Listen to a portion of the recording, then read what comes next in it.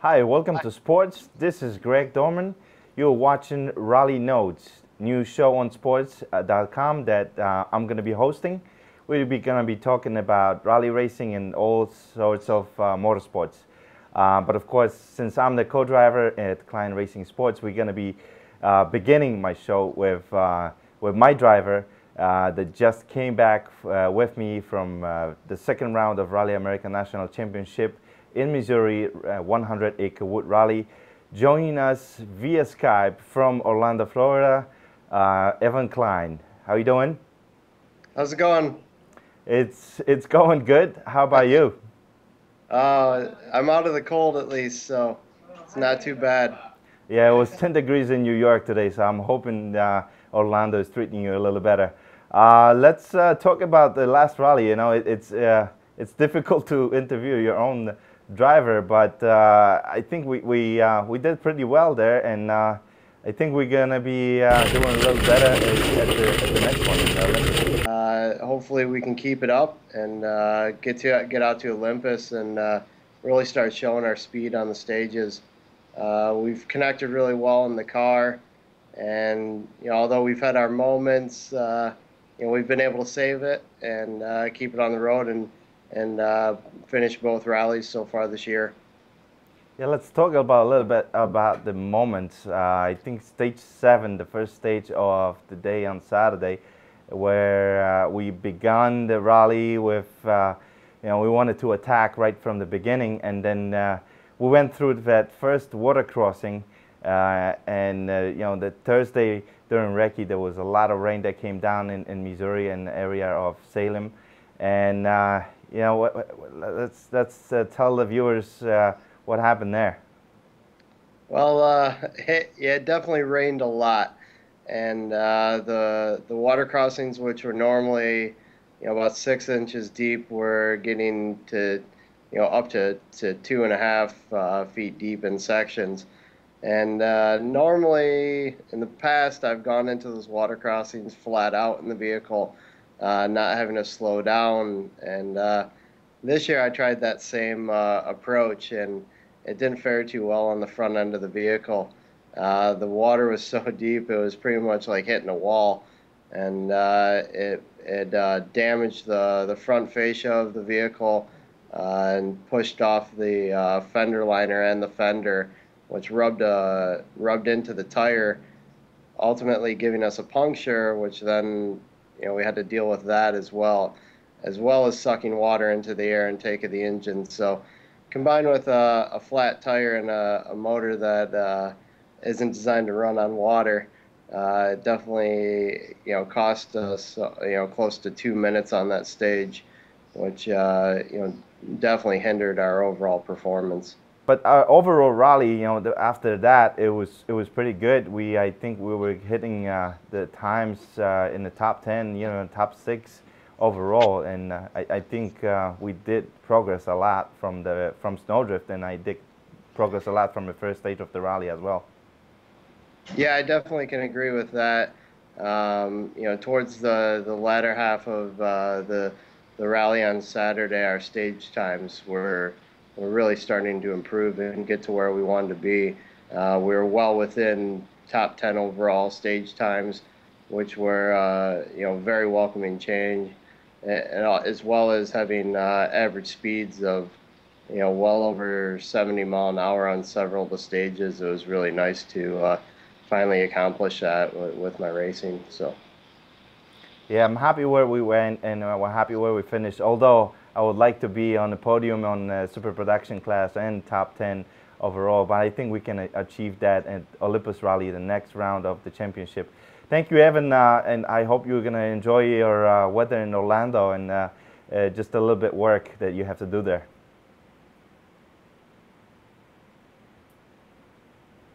I think we lost some audio there. All right, to the next step of the show, I think we can take a look at a little video that we here at sports.com made a couple of weeks ago.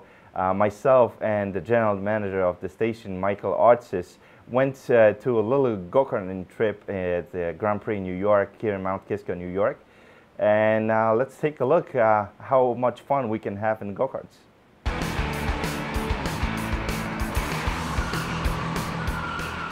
This guy's the man, Rally Co-Driver. 5, 4, 3, 2, 1, go. Greg Dorman, co-driver for Climbing Racing SportCE Rally team. Right 4 minus. He's good. See how good I am. I'm good on the street. I'm hoping to beat him today on the track. He always tells me that he races on the street. He drove so many different sports cars and he is a good driver. I'm hoping to check this today on the track. Go-kart. Like my race suit? Like the race suit? Yeah, I'm probably going to stay behind him for a little bit and then wait for a little window to open so I can pass him and then just play with him probably. I think I can take him. This is it. I'm signing my life away, Greg. This is it. No look. The last time I put on a race suit, it was Greg's race suit, and I went in a rally car. That was nuts.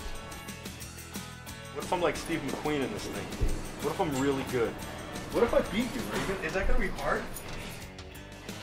There's a bunch of tires around the track that absorbs any impact. The main thing is the helmet. Paging King Dork. Paging King Dork.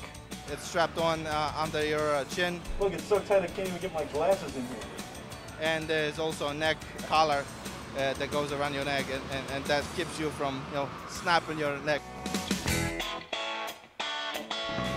Any famous last words? Hope I don't die. I'm gonna win too. The only rule is there are no rules.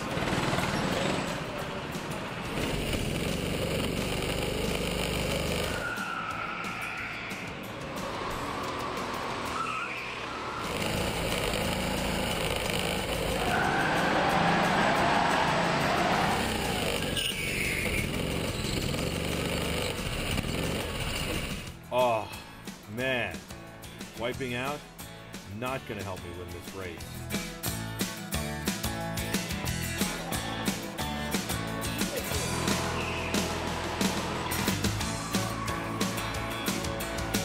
I guess Dorman's just a better driver than me, at least at go-karts.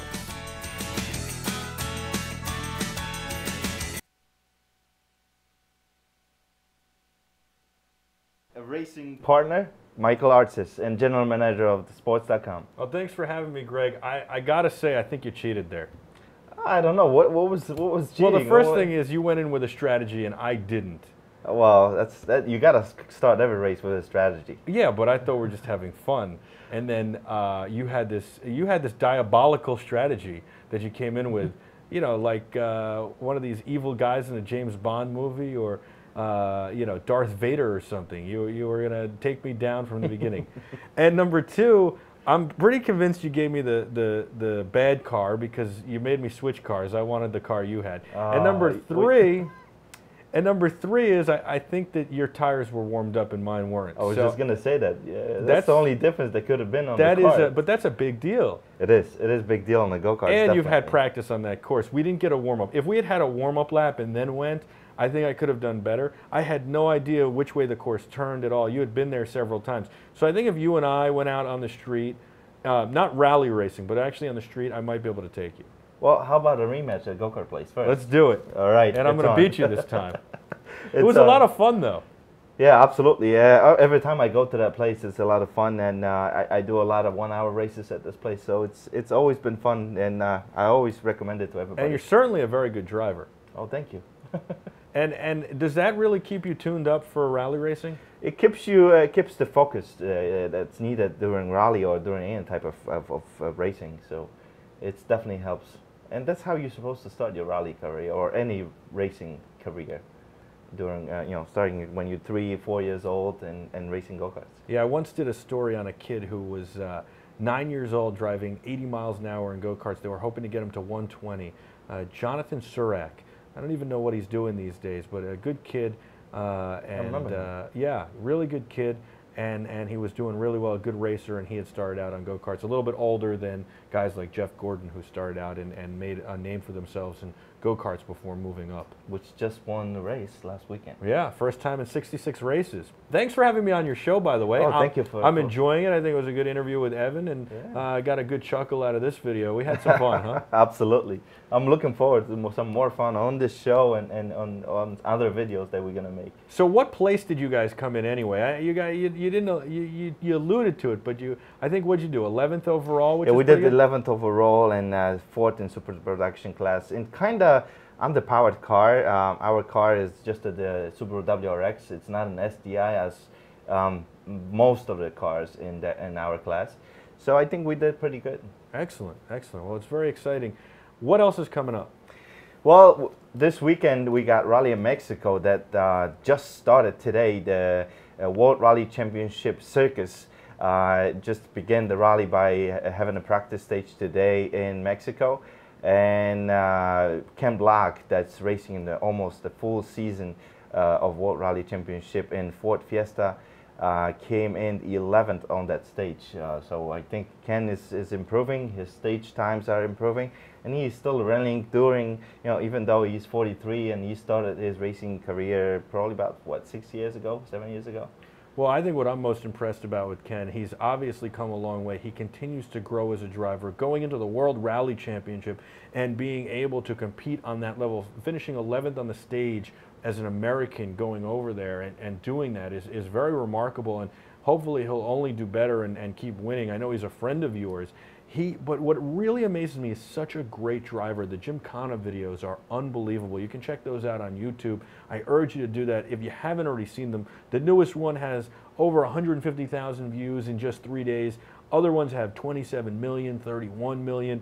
And they really are remarkable. They're a lot of fun to watch. And what he can do with a car is unbelievable. It shows what an amazing driver Ken Block is. Well, let's not forget Kimi Räikkönen, who is ex-Formula One Ferrari driver. He's also racing rally for the last 2 years. And Ken was able to beat him on many, many stages last year. And I think he's going to be beating him this year as well. How do you think he does with the Ford Fiesta?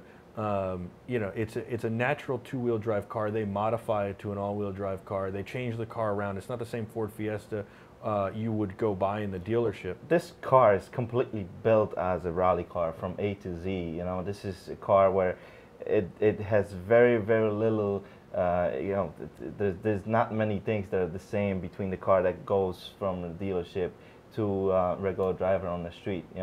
It's first of all, it's a 1.6 turbocharged engine, four-wheel drive car, not like your regular Fiesta at the dealership. Great car, I think, and I think this year it's going to be the year of Ford. They are always been racing against Citroën, and I think Ford is going to take it this year. Is it a big change going from the Subarus to the Fiesta? Well, yes, absolutely. Subaru that Ken was racing here wasn't really built like that Fiesta is. That Fiesta was built, like I said, from A to Z in United Kingdom just to be a rally car. So it's even better. Absolutely. And the Gymkhana car was built for that as well.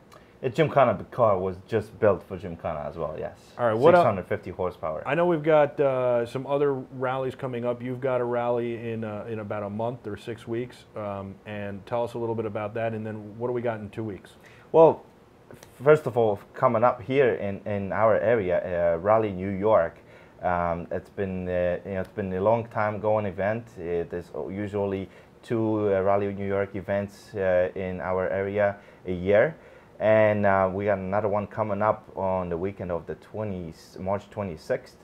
And then we move into the next round of Rally America Championship to Rally Olympus, all the way in Washington State.